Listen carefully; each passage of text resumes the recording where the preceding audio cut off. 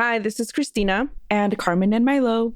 Yes, this is another episode of Espooky Tales, a podcast for all things spooky, paranormal, sometimes true crime, but today just paranormal. Also, Happy New Year. Happy New Year's. Yes. Here's to a better year, please, universe. Oh my God, please. Yeah. Yes, for sure. I hope that everyone ran around with their maletas. You know, I'm doing that. I'm staying up. I work. Okay, so let me backtrack. We're recording New Year's Eve. Yeah, because, you know. But this is going to come out Friday. We're not doing nothing else on New Year's Eve. No, I have no plans. I'm a either. señora now. I don't do anything. Yeah. But I am going to stay up to run around with my maleta. I'm going to look for my, what is the one for money? Is it yellow or red? I think it's yellow. I think you're right. I don't have any yellow underwear. Me neither. Fuck. Okay, but I am running around with my maleta. Me no too. Doubt. I'm eating my grapes travel plans. Also. I'm going to stuff my mouth with grapes and then I'm going to run around the house with my maleta. Yes, you know it. I hope everyone did that too. So yeah, today, no true crime case because one, Carmen is sick. Two, we're recording last minute for Friday. Yeah. So yeah, today I'm going to be talking about a UFO case. We've been on a UFO kick. By we, I mean me. Yeah, you. I'm just here. You're just here, yeah. Also, what shocked me, I guess, was that when you hear Brazil, there's another UFO case that everyone knows, but not this one. And this one is crazy. So, before we get into this one, though, we do have a listener story. I almost forgot. You were going to let me forget, too. What? No. I was going to get straight into the story. I almost forgot about the listener story. Oh, I forgot. It's not that I let you forget. It's that I also forgot. Oh, you're right. Yeah, before we get into the case, though, we do have a listener story. And if you want to send us... Sorry, it's too early for fireworks. Oh, I heard them. They're already going. And it's 7 p.m. It's barely 7. Yeah. Yeah, what are people doing? This is like a 10 p.m. activity and up. At least, yeah. At least, but that's still early. So My poor dog. Know. Yeah. Yeah, too early for fireworks. Also, if you have stories that you want to send us, you can email espookytales@gmail.com. You can submit it on Discord. You can send it via DM on Instagram. Lots of ways to get it to us. We love receiving them. This one is actually, it was left on a TikTok comment years ago. One of my first videos that got a lot of views was about Burlington in Stockton, California. We've talked about it. So all Burlingtons are haunted then? Is that what? Yes, that's the theory that MJ and I started thinking because I'm like, I remember Stockton that. here. Yeah. And then this this Burlington in Stockton, California. I made a video about it. And it went mini viral because I mispronounced Burlington. And, you know, how did you say it? Comments. I said Burlingtons with an S at the end. Oh, it's not Burlington's? I thought it was Burlington's Coat Factory. It's not? Well, yeah. It is, but people say Burlington, I guess, not Burlington's, because I'm like, this store in this Burlington's in Stockton, California is haunted, is what I said. And then people are like, it's Burlington, not Burlington's. And I'm like, fuck you. I don't care.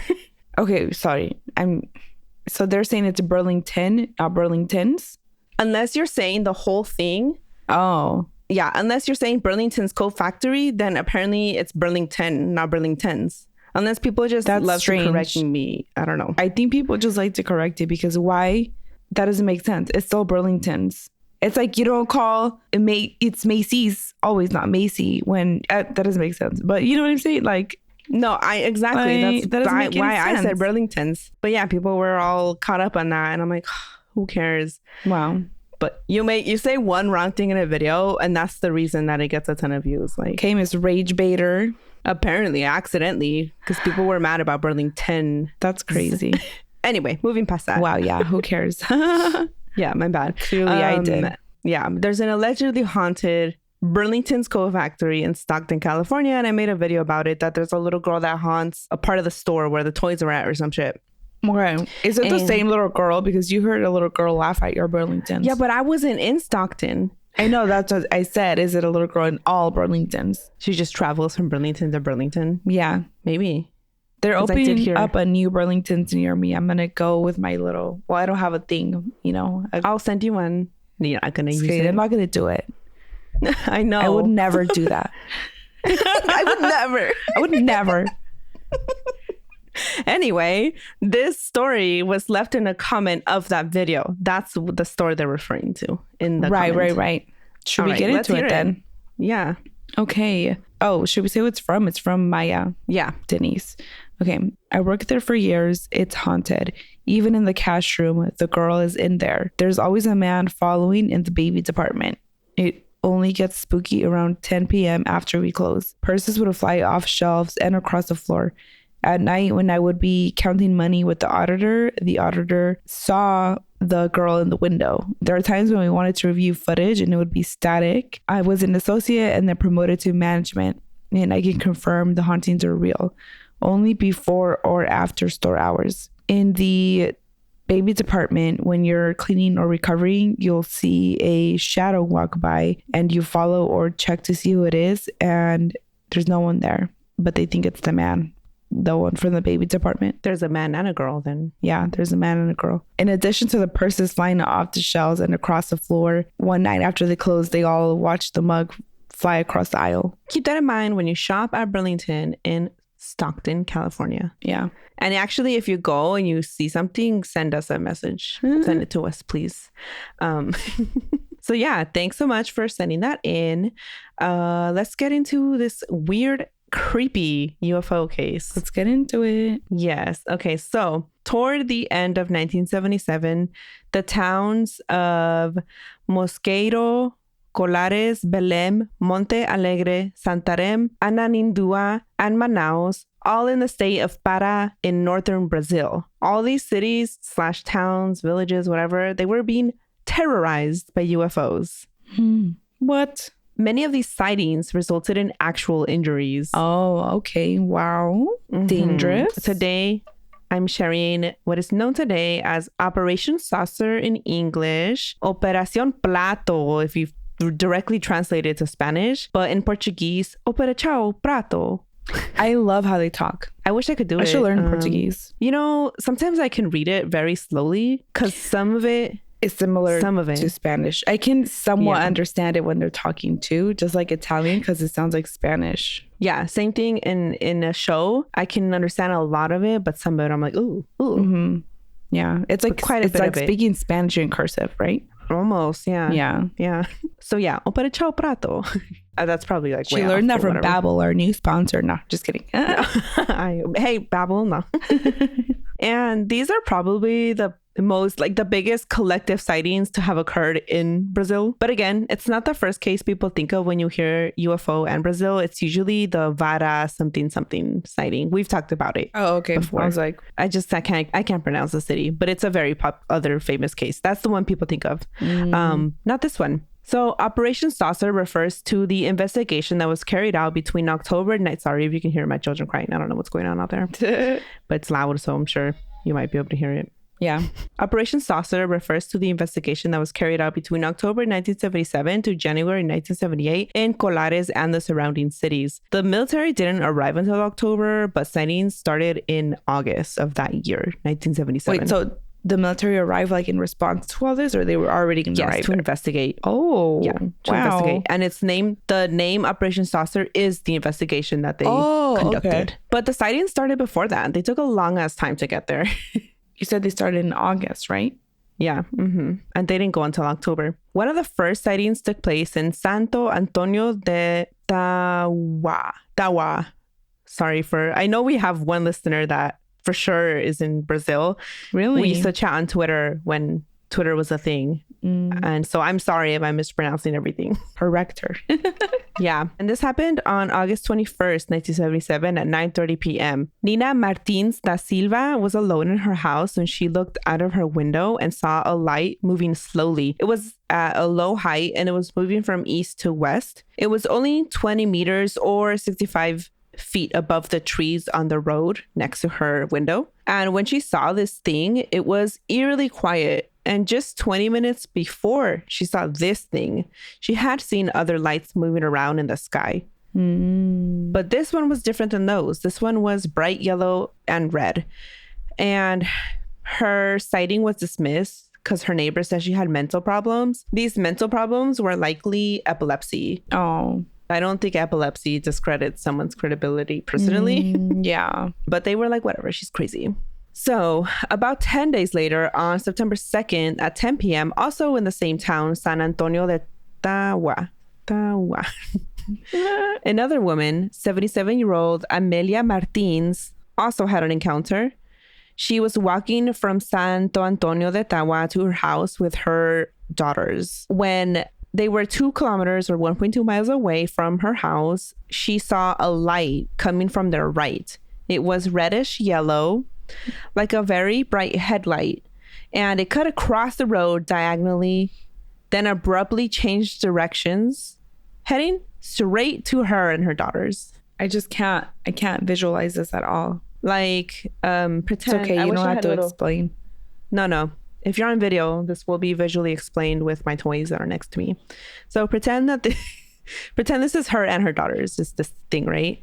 And so they're walking, and then there's a light ahead of them, just right diagonal. Okay, I see. But then as it's going diagonally, it stops, turns towards them, and flies directly toward them. I see. Actually, that was helpful. Sense? Yeah. You're welcome. Yeah. Again, that will be on video if you follow us on YouTube, or Patreon video is also there.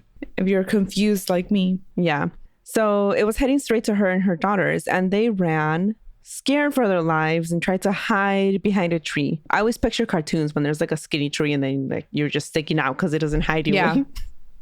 Yeah. So they were hiding behind a tree, and they watched the flying object stop in front of them where they were hiding, and it's just stayed there for several minutes, like facing the tree they were at. That's like menacing. I don't know. I don't like it. Creepy. Then it slowly turned around and headed in the opposite direction toward the town of Belém, and then it was gone. So at least nothing happened to them. Yeah, that's right, because you said there's some injuries. Yes, there will be injuries. Yes. She later described it to be 4 feet wide. It looked like an upside down plane. No, not upside down. Like an inverted plate. Oh, okay. Like I guess like a V instead of a U. You know? So like, but in plate form. Yeah. Had a sharp protuberance on the top, and that's where the red light was coming from. Oh, okay. Oh, like a thing. Oh, yeah. What the hell is a like protuberance?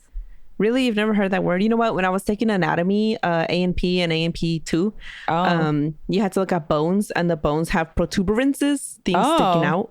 Oh, yeah. I see. Well, I never took anatomy, so.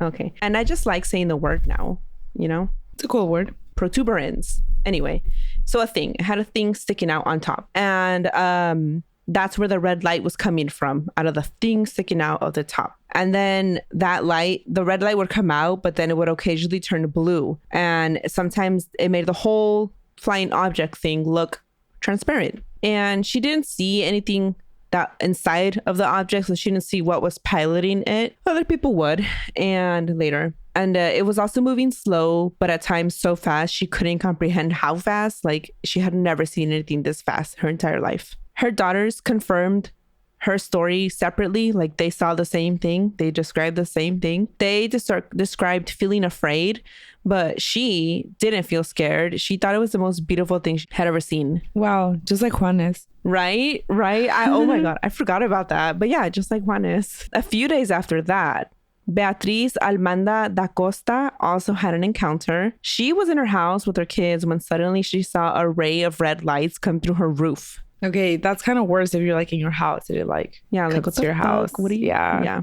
that's such an invasion of privacy. You're not even outside. Like, yeah, right.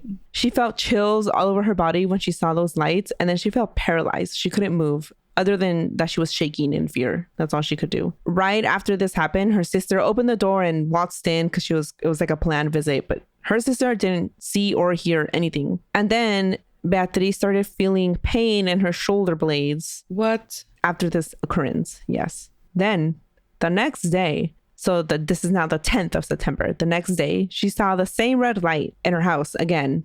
Same thing. It went through the rooftop. This time it was at 3:30 in the morning. Oh my God. This time it chased her.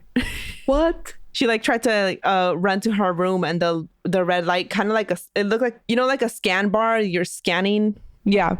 It looked like that, but in her house, and like it was following her. That's not. And then good. it it seemed to have gone through her shoulders, What? like her shoulder blades. And that's Yeah. where she felt the pain worsen. Oh no. Then it happened to her again on October 13th. What the hell? Same thing.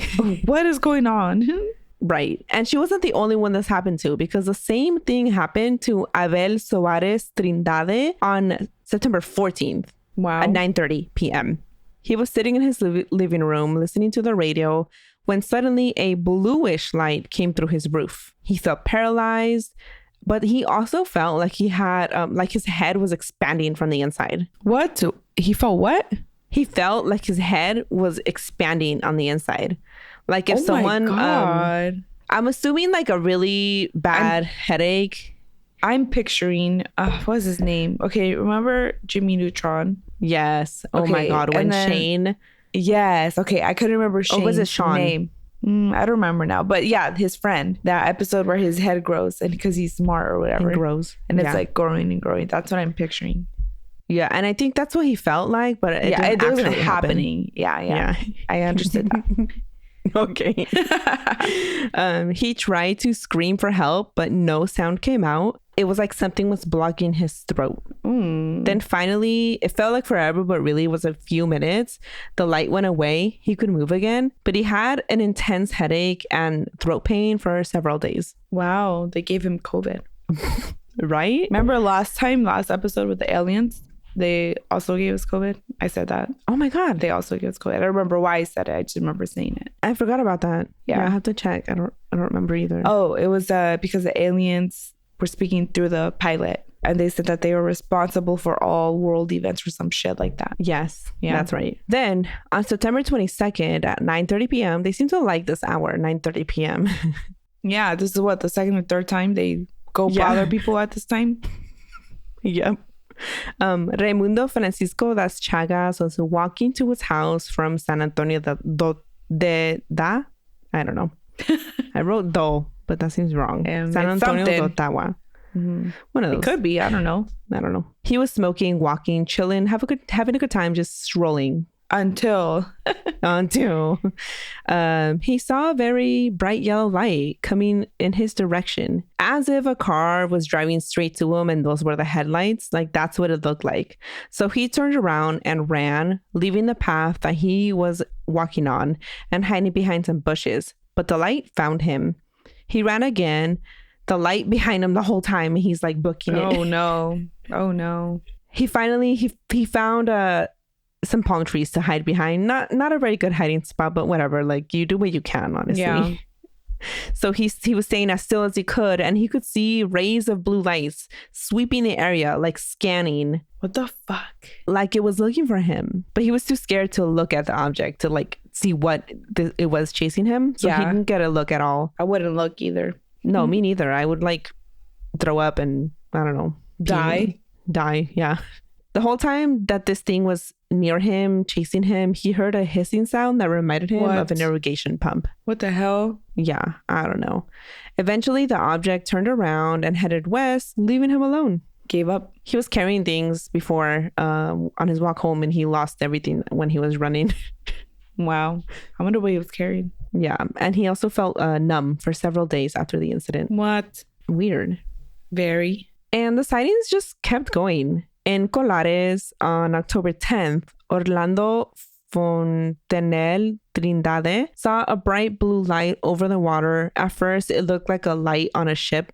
But then when he saw it move up and down in the sky too high, he's like, okay, that's not a boat. Oh, yeah. And also it kept doing this until 5:30 a.m. Yeah. So all night. And then he saw it disappear into the sea. So yeah, not a boat, but weird. Very, very weird. Yeah. The next day, back in Santo Antonio de Ubintuba, sorry, these are very hard for me. Miguel Arcangelo Soares, a 32-year-old farm worker, was getting ready to go to the town of Vigia when he heard his neighbors shout, "There it goes, there it goes." He ran out of his back door, and then he saw a reddish yellow light moving slowly 60 meters in the sky, so 200 feet high. I don't know how people know how high, like if I saw something in the sky, I wouldn't be able to tell you how So people just know how to measure things by eyeballing it. Yeah, not me though, because I'm dumb. Me either, Yeah. because I'm also dumb. Like, my point in all this is that I'm a dumb bitch, and I couldn't tell you. Like, Right. it was 10 feet. I couldn't even do that. Well, I feel like Yeah. if you look at something, you're like, it looks taller than me, then that would be a good reference point.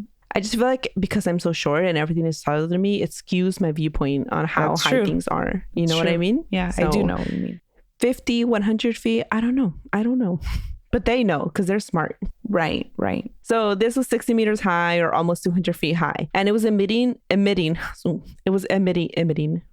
yes, a ray of blue light. And as he saw the object, a wave of fear took over his body, and he yelled for his wife to get back inside the house. Then, when he tried to turn around and run back inside himself, he felt a sudden jolt of shock, like something shocked him, like the ray of What? light that he was looking at aimed at him and shocked him. Oh, it's not good. No, he felt paralyzed immediately, and then a numbness from head to toe, then chills, then he felt really hot. Oh, wow. That's a whole array of things there.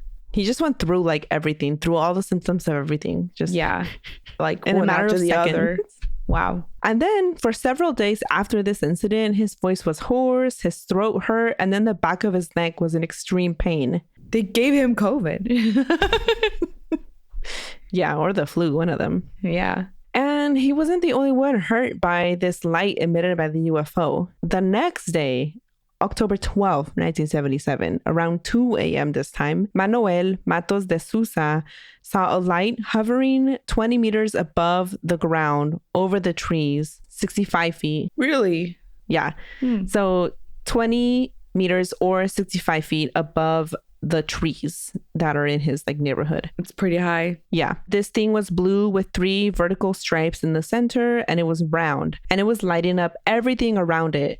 He pointed his gun at it, and when he did that, he was hit by a ray of red light. Damn. They shot back at him. They said, "No, Damn, you don't shots pull up on us. fired. We're pulling up on you." Pull up, bitch. Yep. We're strapping too. Yeah. When the ray of red light hit him, he felt like electricity, like shocked, and it paralyzed him. And where it hit him, he was sore for days. Damn. Who can say that they were shot by a UFO? Not a lot of people. Yeah. Except everyone, their moms during this time period in these towns in Brazil. Yeah. Yeah, except everyone here. That same day, but at 11:30 p.m., 20-year-old Manuel do Espíritu Santo was in front of his house with some friends, Julio, Paulo, Deca, and Carlito. They were chilling. And then he saw a yellow light that was moving in the sky. It started to slow down in speed, and then it stopped 65 feet in front of them. They like this distance, 20 meters. Mm-hmm. When it stopped in front of him and his friends, he could see 2 crew members inside of the UFO. 2 crew members. Yeah, 2 crew members. They appeared to be human-like. One What? was like a man, and one was like a woman. Wow. The man was on the left side, the woman on the right side, and they were wearing glasses, so blind girlies. And they were wearing what looked to be communication gear, so like a headset or earphones, something like that. And the beings inside the ship directed a ray of light toward the group. They could tell they were the ones controlling the light. Damn. And they aimed it immediately at the group of made friends. eye contact with them, and they're like, "Bye, bitch." Yes. Damn. As soon as the light hit them all simultaneously, they felt, all of them, like a jolt of electricity hitting them. What? And then they felt numb. This is the same thing as the other guy felt. The numbness. Yes. Yeah.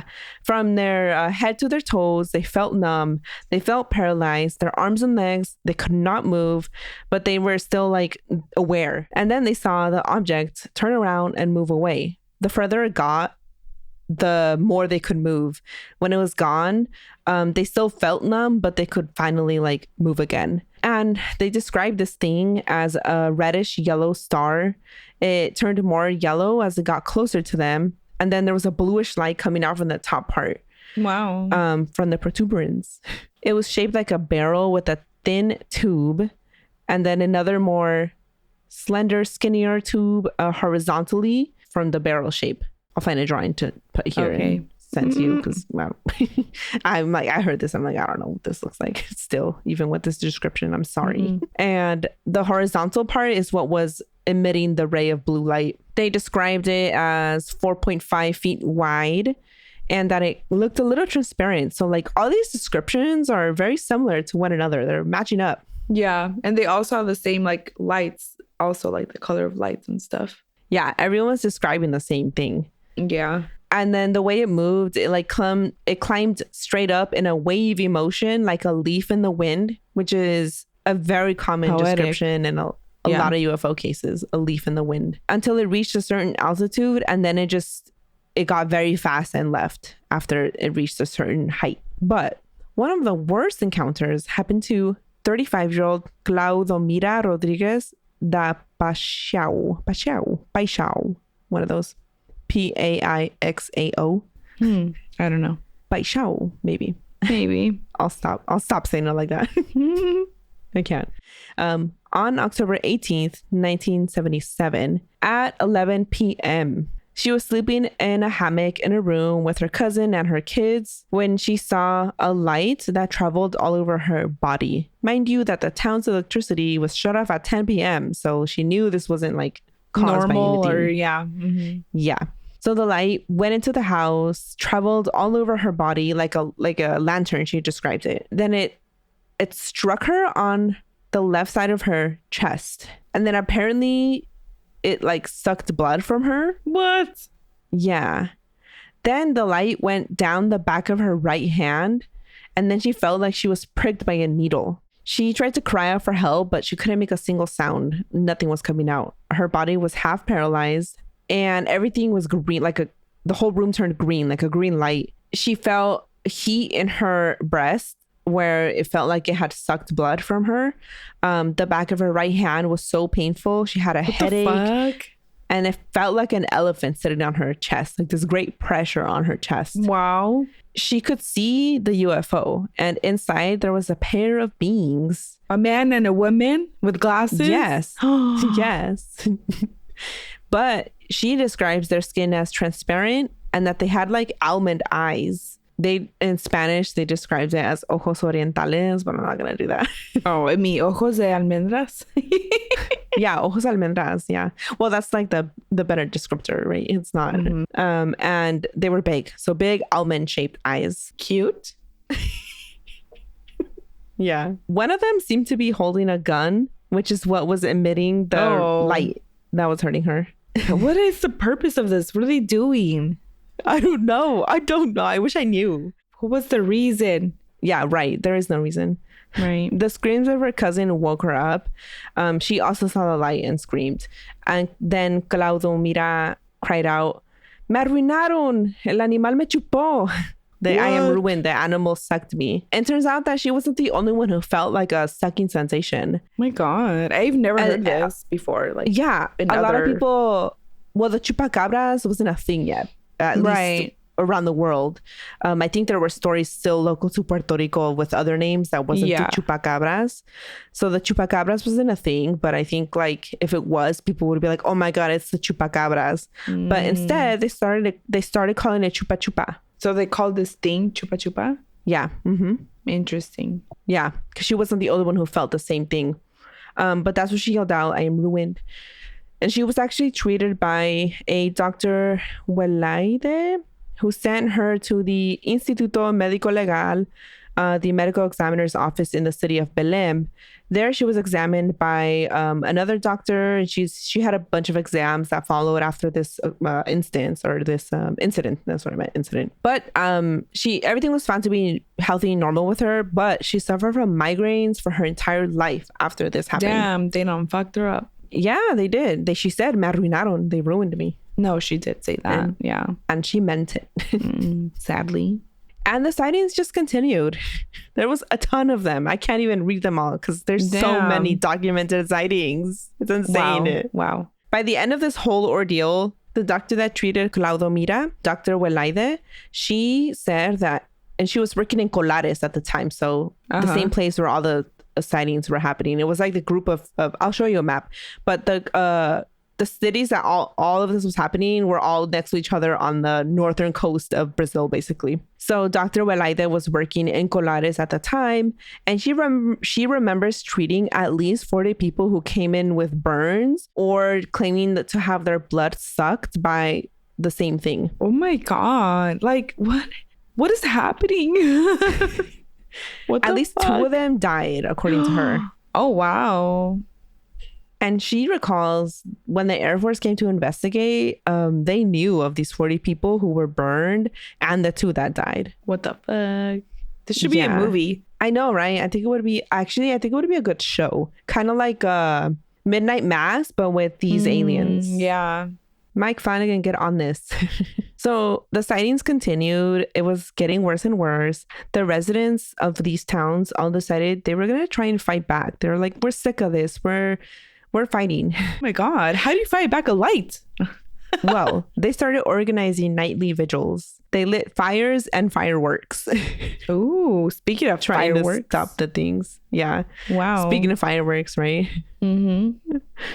Then the mayor asked for the Air Force to come investigate, and they finally arrived in October of that year. But it wasn't until pilots started having their own encounters that they were like, okay, something's going on. So that's when they sent in a small team consisting of a Captain Uirangue Holanda and 6 sergeants. And they had cameras, tape recorders, and I don't know what a theodolite is. Theodolite? Me either. Theodolite is a precision optical instrument for measuring angles between designated visible points in the horizontal and vertical planes. I don't know. Whatever that means. We still don't know what that means. Measuring angles horizontally and vertically. Okay, but like, why? Yeah. I don't know. Doesn't matter to me. My whole question to all of this is why. So the team of 7 recorded interviews, took pictures, documented. But after 4 months, the case was closed. They stated they found no unusual phenomena. What about everything that happened? Yeah, right. My only guess is that once they showed up, the aliens were like, it's getting hot. We can't be here anymore. Yeah.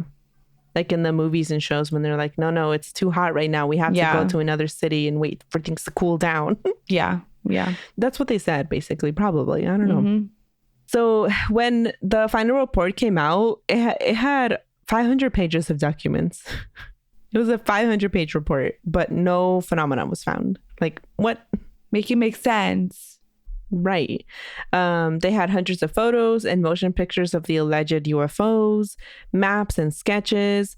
And all of this was sent to the Air Force headquarters in the top headquarters of Brazil. And none of the records were made public until May 20, 2005, because ufologists were like pressuring and demanding the release of these documents. And that's finally when they were released, it became public. And the documents all contain summaries of more than 300 sightings. More than 300?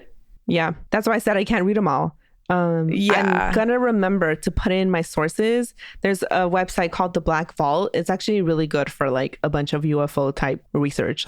But they have an insane amount of these documents, and you can see all of them. I just picked out like 5 or 6 sightings because it's too long to include everything. It's too long. Yeah. But yeah, 300 sightings and encounters. Wow. That's what they collected in Colares and all the villages. There was some of the reports in there that the captain and the sergeants themselves experienced too. The investigating team had their own experiences. And then once the main investigator, Holanda, retired, he decided that he was no longer obligated to remain silent about Operação Prato. Operation Sorcery. And he started to discuss it publicly. But after his first interview, he was found dead in his home. That's weird. But he seemingly hung himself using the belt of his bathrobe. But apparently he had been depressed and suicidal. This was not his first attempt. But this whole thing, like, it lends itself to a conspiracy. Yeah. Thank you. Yes. Conspiracy theorists went wild, and they think it was like a Jeffrey Epstein situation where they silenced him. But a close friend of his is like, I don't know. he had attempted it before. He had tried to die, before. So, I mean, I'm not on the side of the friend. I feel like I would trust the friend's judgment here. Yeah. Yeah, but hardcore ufologists in Brazil are like, no, he was silenced. So take with that what you will. That they believed he was killed because of what he knew. The final 500-page report doesn't mention anyone that died because of the UFOs or anyone that was injured or any of like the burns or the blood sucking. But again, doctors in the area recall injuries and deaths from all of this. So they could be hiding. I don't know. I don't like to have. I don't like to be conspiracist because I feel like you can't be a regular conspiracy theorist anymore, right? Everything's all weird now. So I don't like to associate myself with conspiracy theories. Right, because next thing you know, you're gonna be like a what are they called? A QAnonist. Yes, sorry, I was gonna say TrueAnon, but I was like, no, that's the podcast. Oh no, that's the podcast.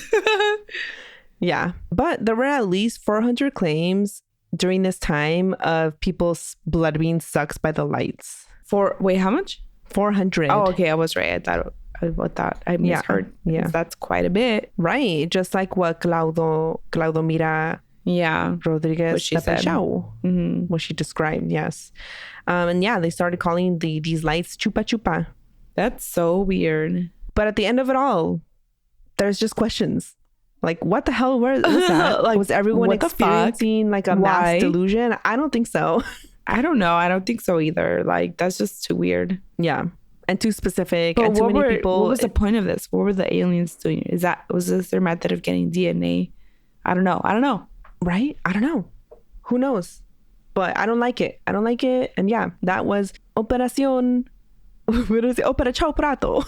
Opera Chao Prato. Yes. Operation Saucer. So wow. What interesting. I feel like as far as aliens and UFOs, this is on the scarier side. No, for sure, because like people literally were injured, potentially died, and they got their blood sucked out of them. Like I feel like that's the first time I've heard of a UFO story like that involves blood sucking, right? I've never heard Chupacabra itself, because you know what? We should do. Wait, do people think that Chupacabra is an alien? Because why do you keep mentioning this? It is related to UFO sightings and aliens and stuff. I have never heard that in my life. You know, we're gonna have to do a full episode on a deep dive on the Chupacabra. I thought you did already have a Chupacabra episode. No, we don't. Really? Yeah. You're confusing us with the other Mexicans? No, I'm just kidding. You're confusing us with Monstras. No, I don't know. Maybe. Monstras has a full deep dive into the Chupacabras, and it's great. And I miss them so much. Me too. Okay. And we're going to take another ad break here and then come back with spooky recommendations. That was the end of the weird ass, scary, creepy UFO story. I don't usually get creeped out by alien stuff, and this creeped me out. That's why I was like, it could be a movie, because I feel like only in movies I get scared by aliens. Yeah. All right, and we're back. Do you have spooky recommendations? No, but I can't recommend it yet because I just started it based on your recommendation, but I already had it on my TBR anyway. But anyway, I started listening, but I got more excited to listen to it because you loved it. In fact, you rated it 5 stars. Yes, on Storygraph. Yeah, I did. I liked it. You can also follow us on Storygraph. We're at Espooky Cristina and at Espooky Carmen. Yeah. Sorry, got excited. The light fell. Everything's connected behind me because I'm in a different spot. Yeah. Anyway, I hit the wire. What was he saying? Oh yeah, so I started listening to The Reformatory. I'm only I think 12% in so far. But wow. I'm already loving it, and there's just so much to it, like you already said, because you already talked about this. And you know what? That is actually my spooky recommendation. Because last time I said no, I hadn't finished reading it last time. Well, go ahead, talk about it. Yeah. That's the only spooky thing I've listened to it. Yeah. Or watched, whatever, consumed. Yeah, consumed. The Reformatory by Tananarive Due. And I mentioned it briefly that I was reading it and almost done with it. But man, I actually finished it. And like Carmen said, I rated it 5 out of 5, although that's not a lot from coming from me because I rate everything 5 out of 5. But like, if I could rate this 10 out of 5, I would. It was so good. It has everything that we love in a horror book. By we, I mean me and Carmen, where it's more than just the people, or no, sorry, it's more than just the supernatural element that's scary. Like, the people are also like, the people are the real monsters type thing, you know? Mm-hmm. Because men are the real monsters vibe. Yes. Yeah. And so this boy gets sent, and it's set during the, what is it, 1960s, 50s? I want to say it was the 50s if I'm remembering right. 50s. I think it was the 50s. Okay, we're having some technical issues, but just to say, the Reformatory, probably one of my favorite reads. Definitely recommend it. That's the spooky recommendation. Also, next week is going to be a Spanish episode that we recorded with our mom. Yeah, we're having technical issues, so we're just going to end this super fast, faster than normal, faster than I wanted to. Anyway, yeah, next week is going to be an episode in Spanish that we recorded during our Christmas vacation together at Carmen's house. We recorded with our mom. It's the story that I've been wanting to hear from finish to end from her forever, both of us. It's so scary. The week after that, we're gonna translate that into English for our Spanish challenged friends. But yeah, next week is gonna be her telling us her story. That scares me so much. Yeah. And yeah, I wanted to do like a little 2025 goals thing, but there's no time because this thing is acting weird. Well, I was gonna say, if you wanted to save it here and then send a new link if you wanted, I'm here no matter either way. Okay, let's end this here, just in case that it doesn't work again after this. Yeah. Okay, bye everyone. All right, and yeah, Happy New Year. Happy New Year. I don't know.